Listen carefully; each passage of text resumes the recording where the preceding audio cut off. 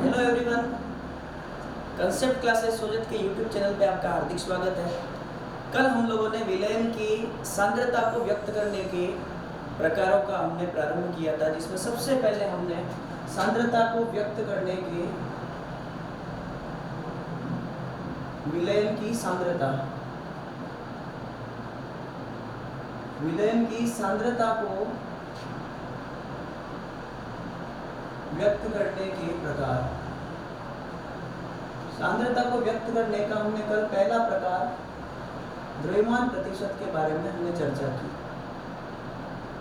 द्रव्यमान प्रतिशत का फॉर्मूला होता है विलेय का द्रव्यमान बटा विलयन का द्रव्यमान इंटू 100%। इकाई होगी इसकी small w upon capital W %। आज हम दूसरे प्रकार की इकाई आयतन प्रतिशत के बारे में चर्चा करेंगे। आयतन प्रतिशत क्या होगा? आयतन प्रतिशत उन विलयनों के लिए प्रयुक्त होती है जिस द्विअंगी विलयन के घटक होंगे। एक होगा विलायक और दूसरा होगा विलेय। विलायक और विलेय दोनों यदि द्रव अवस्था में हो, द्विअंगी विलयन के घटक विलायक और विलेय यदि दोनों द्रव अवस्था में हो, उस स्थिति में हम आयतन प्रतिशत के द्वारा उस विलयन की सांद्रता को व्यक्त कर सकते हैं। आयतन प्रतिशत से क्या तात्पर्य है? विलयन के कुल आयतन में विलेय के आयतन का प्रतिशत, उस विलयन का आयतन प्रतिशत कहलाता है। फॉर्मूला हो जाएगा विलेय का आयतन बटा विलयन का आयतन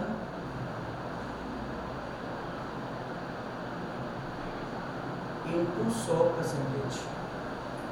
कुल विलयन के आयतन में विलेय के आयतन का प्रतिशत आयतन प्रतिशत कहलाता है, तथा आयतन प्रतिशत उन विलयनों के लिए, विलयनों की सांद्रता के लिए प्रदर्शित होता है जिसमें विलायक और विलेय दोनों की अवस्था द्रव अवस्था हो।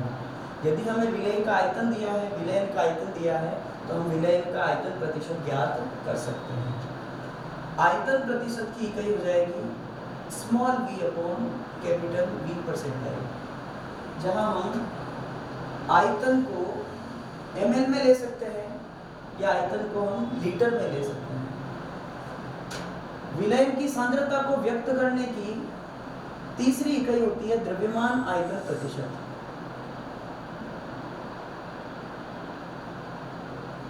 द्रव्यमान आयतन प्रतिशत। द्रव्यमान आयतन प्रतिशत उन विलयनों के लिए प्रदर्शित होगी जिन विलयनों के अवयवी घटकों में से विलायक तो द्रव अवस्था में हो तथा विलेय ठोस अवस्था में हो।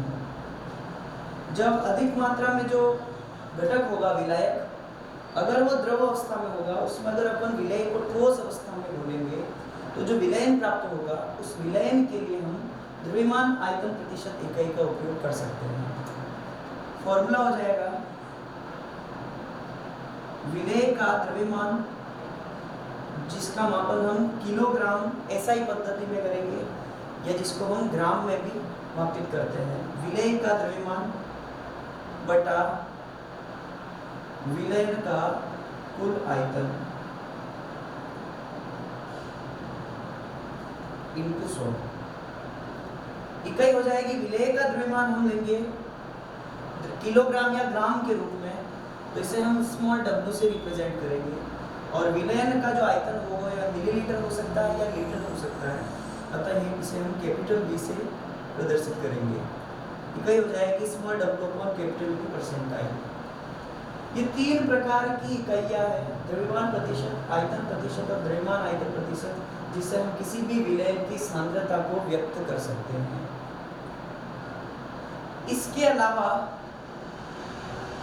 चौथी और महत्वपूर्ण जो इकाई है, जो कक्षा 11th और कक्षा 12th के लिए सबसे ज़्यादा उपयोगी है, जो हमारे प्रायोगिक परीक्षाओं में या सैद्धांतिक परीक्षाओं में, दोनों परीक्षाओं में काम आने वाली है। चौथी इकाई है विलयन की मोलरता।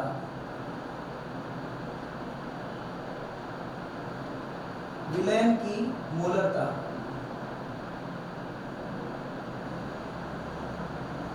Molarity of any solution. मोलरता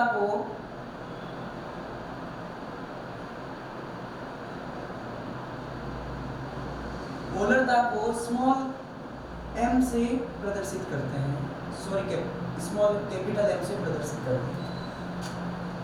मोलरता क्या होती है किसी विलयन की? प्रति लीटर विलयन में, प्रति लीटर विलयन में उपस्थित विलय के मोलों की संख्या, विलय के मोलों की संख्या, उस विलयन की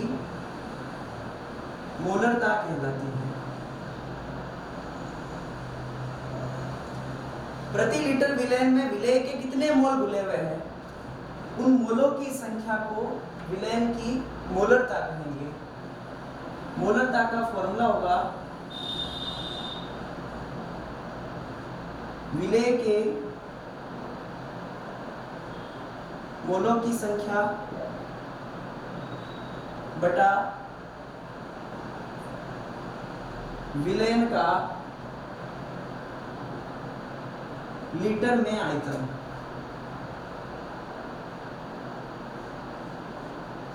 परिभाषा यहां से बन जाएगी, प्रति लीटर विलयन के आयतन में विलय के कुल मोलों की संख्या किसी भी विलयन की मोलरता कहलाती है।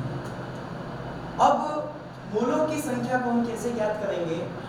तो हम लोगों ने 11th क्लास में या 11th से पहले जब हम 9वीं कक्षा 9 और कक्षा 10 में जब हम जाते हैं तो मोल संकल्पना का हम लोगों ने अध्ययन किया है। तो नंबर ऑफ मोल या मोलों की संख्या ज्ञात करने का सूत्र होता है, यहाँ पे अपन विलय के मोलों की संख्या ज्ञात करेंगे तो मोलों की संख्या ज्ञात करने का फॉर्मूला होगा विलय का ग्रामों में भार,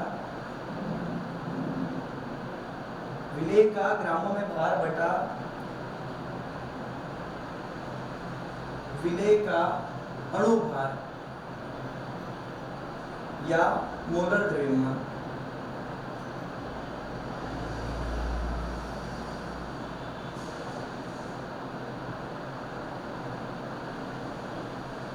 विलय का ग्रामों में भार बटा विलय का अणुभार जब अपन करेंगे उस विलय के मोलों की संख्या प्राप्त होगी।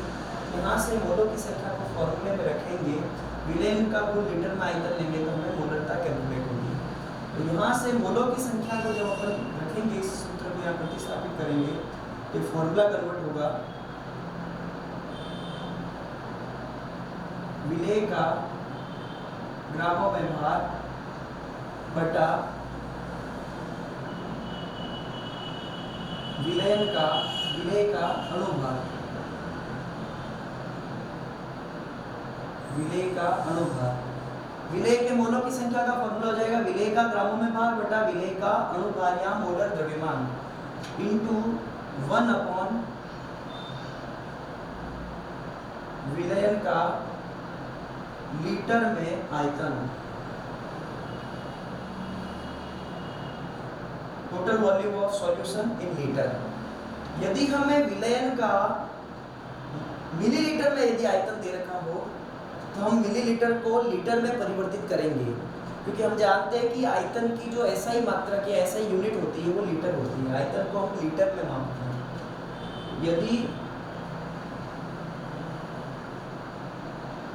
यदि विलयन का आयतन मिलीलीटर में दिया हो तो क्या करेंगे? ये तो एज इट इज हो जाएगा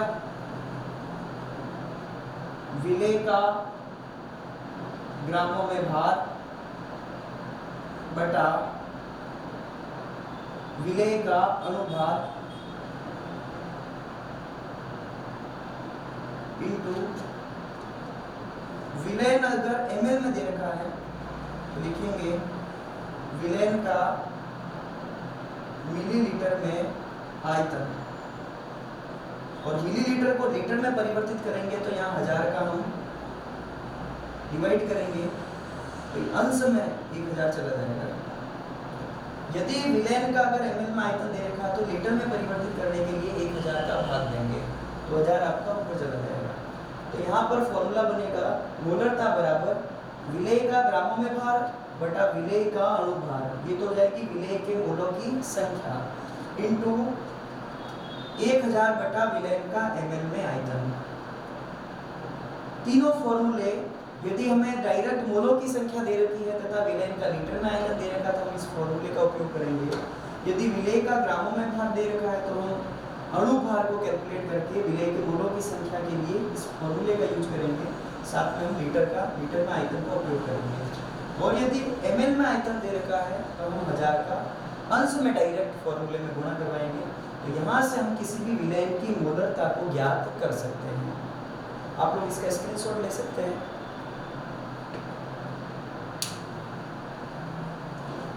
अब हम मोलरता पे आधारित एक दो न्यूमेरिकल प्रश्न करेंगे जहां से मोलरता का